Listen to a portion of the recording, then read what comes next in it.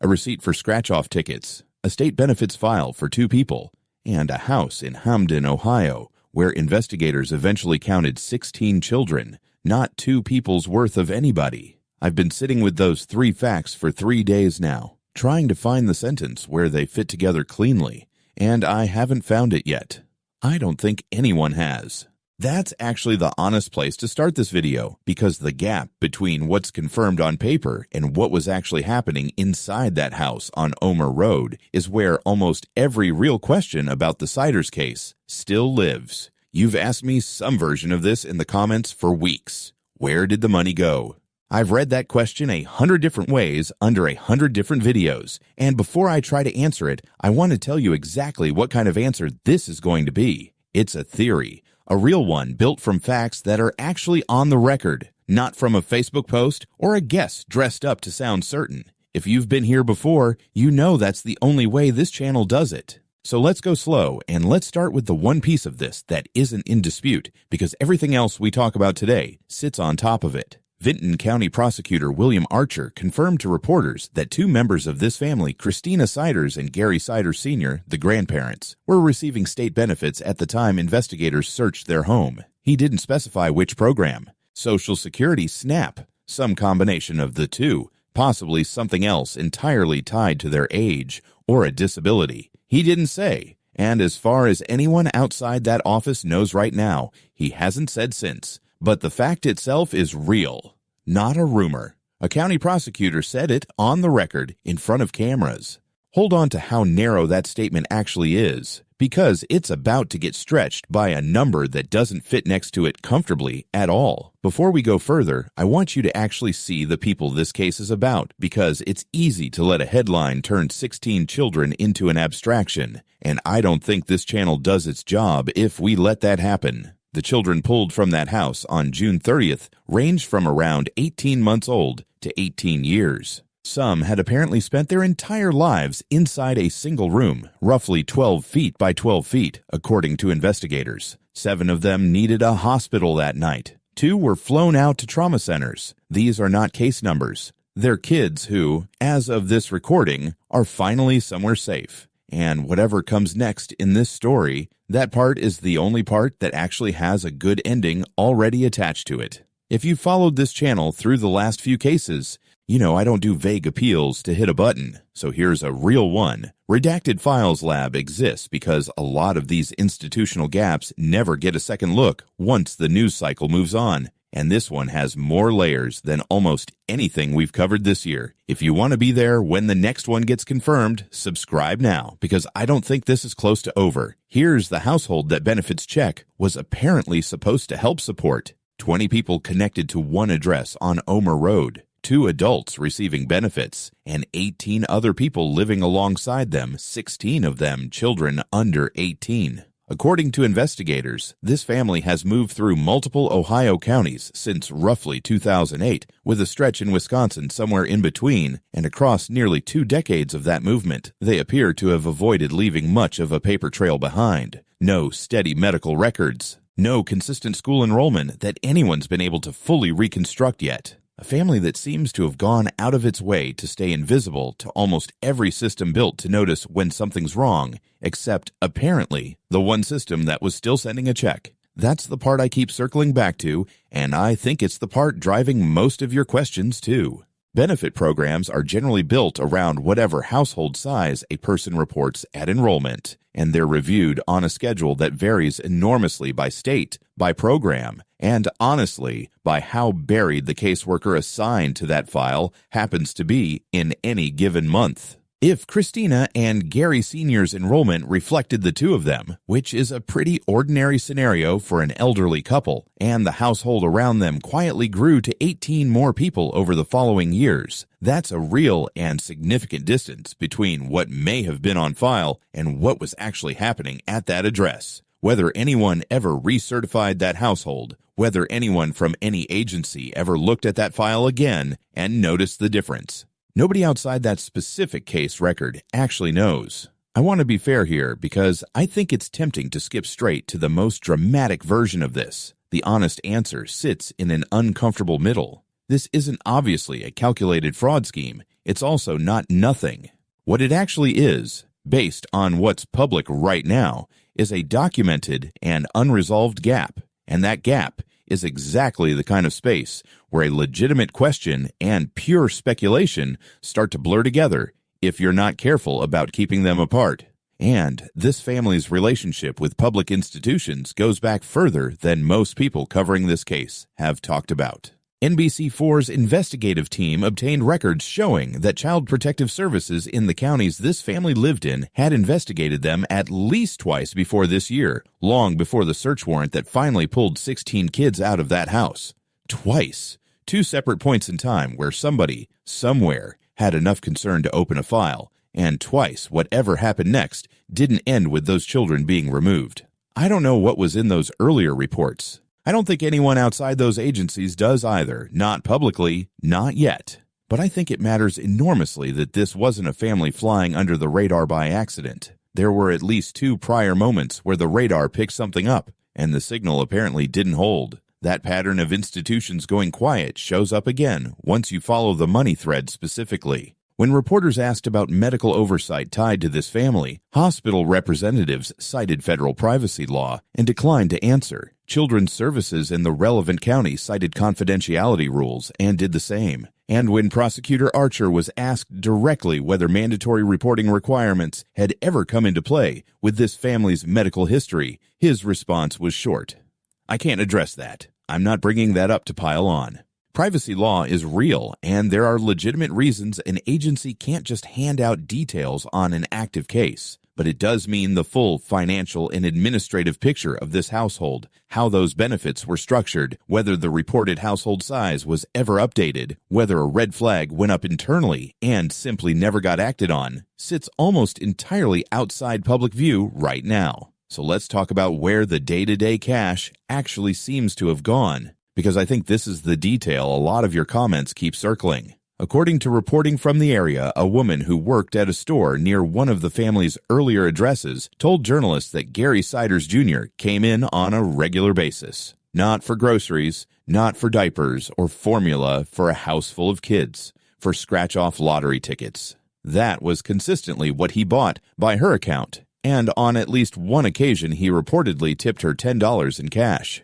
I don't want to overstate what that detail proves, because on its own it doesn't prove much of anything. Adults receiving public benefits aren't legally barred from spending their own discretionary money, exactly like anyone else. But sit that detail right next to a household of 20 people apparently surviving on benefits meant for 2. And it becomes a genuinely uncomfortable thing to hold in your head at the same time. Here's the more precise version of the question I think you're actually asking once you strip away the angrier framing some corners of the internet have put on it. Not, was this some elaborate scheme built entirely to exploit government programs? Closer to inside a household stretched this thin, who was deciding how the money actually got spent. And does that spending pattern tell us anything real about what mattered inside that house? I don't have a confirmed answer. I want to say that plainly because it's tempting to draw a straight line from lottery tickets to fraud, and the evidence that's actually public doesn't support that line yet. What we have are individually documented facts, benefits confirmed for 2 people, a household that somehow held 20,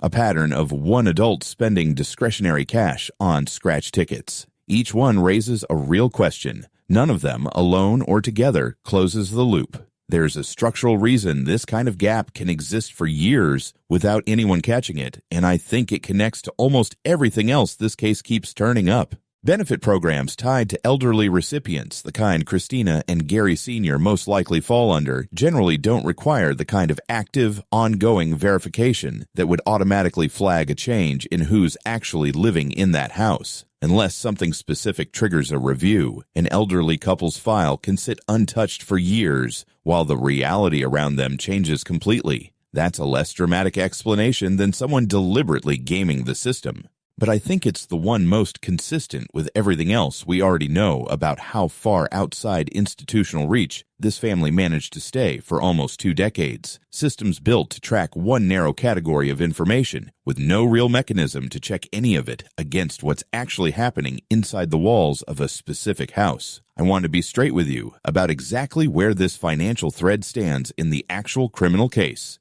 because that matters more than anything I could speculate about it. As of this recording, there is no public confirmation from any prosecutor, investigator, or court filing that benefit fraud is formally part of the charges against any of the 4 adults. The confirmed charges center on child endangering, 16 counts apiece for 3 of the 4 defendants, with Elizabeth Siders facing several additional counts beyond that. That does not mean a financial thread isn't being looked at somewhere quietly. Large investigations often run several tracks at once, and not everything gets made public before charges are filed, if they ever are. But right now, the honest accounting is this. Where did the money go is a real question built on real facts, and it is not a filed charge. And that's not where this case stops getting complicated. Because the reason investigators ended up inside that house on Omer Road at all has almost nothing to do with money. 2 other men, Josh Saunders and Brandon Henderson Sr., were separately indicted on child sexual abuse charges connected to this same extended family. And it was that investigation, opened after a complaint made back in December of 2025, that eventually led authorities to open a parallel case against Gary Siders Jr. and Elizabeth Siders. According to the Ohio Attorney General's office, the couple is accused of engaging in sexual conduct with a minor more than 10 years younger than themselves, sometime between January and September of 2022. Officials have been clear that the alleged victim was not one of the couple's own children. It was executing the search warrant tied to that specific allegation on the morning of June 30th that investigators walked into a house and found 16 kids nobody outside that family had accounted for. Sit with that order of events for a second, because I think it's the detail that actually reframes everything else in this case. This didn't start as a child welfare check that happened to uncover something worse. It started as a sex crimes investigation into 2 adults tied to a victim outside their own family that only by coincidence of geography led investigators through the front door of a house holding 16 children in conditions Attorney General Andy Wilson would later describe in 2 words to reporters. Pure evil. Investigators have since said they believe that if the search warrant had been served even a day later, some of those children might not have survived the wait for help to arrive. If you're new to this channel, that's exactly the kind of thread we exist to keep pulling after everyone else moves on to the next headline. Subscribe now if you want to be here for whatever the grand jury does next, because based on how this case has unfolded so far, I don't think we've seen the last reframing moment yet. Let me lay out what's actually been formally confirmed, because there are at least 3 separate legal threads running through this family right now, and I think keeping them straight matters. First, all 4 adults, Gary Siders Sr., Christina Siders, Gary Siders Jr., and Elizabeth Siders, face child endangering charges tied to the conditions the 16 children were found in. Second, Gary Jr. and Elizabeth face additional separate charges of sexual battery and unlawful sexual conduct with a minor tied to a victim outside their immediate family. Third, Saunders and Henderson face their own separate indictments in the case that started this entire chain of discovery. All 4 Siders family members have pleaded not guilty. All 4 remain, as a matter of law, presumed innocent, regardless of how anyone watching this feels about the conditions those children were reportedly found in. Now, back to the money, because I don't think it's a smaller question just because it isn't a filed charge yet. If anything, I think it might end up being the thread that explains how this family stayed off the radar for as long as it did. A family living almost entirely on paper as 2 people, while functioning day-to-day as 20, would have had every incentive to keep that gap quiet. No incentive to update a benefits file that might shrink or disappear the moment someone actually looked closely at who was living in that house. No incentive to enroll 16 kids in a school system that keeps its own separate records. No incentive to establish the kind of medical history that leaves a paper trail investigators could later follow. Every piece of this family's apparent invisibility, the missing school records, the thin medical history, the 2 prior CPS contacts that somehow didn't end in removal, starts to look less like a series of isolated coincidences and more like the plausible byproduct of one household with a powerful reason to stay unexamined by every system that could have connected those dots sooner. I want to be careful not to oversell that theory either, because I think it's exactly the kind of clean narrative a case like this tempts you toward, and clean narratives are usually where the truth gets a little bent to fit. It's entirely possible this family's invisibility had nothing to do with benefits at all, and everything to do with something closer to what the Attorney General's office has already described, a pattern of interfamilial control that simply preferred isolation for its own sake. Money might be a symptom here, not a cause. I genuinely don't know which explanation is closer to what actually happened inside that house, and I don't think anyone outside the people who live there does either. Not yet. There's a second theory worth putting next to the first one because I think it actually fits some of the evidence better, even though it's less satisfying to say out loud. Maybe nobody was managing this household's finances the way we'd assume a household that size would need to be managed at all.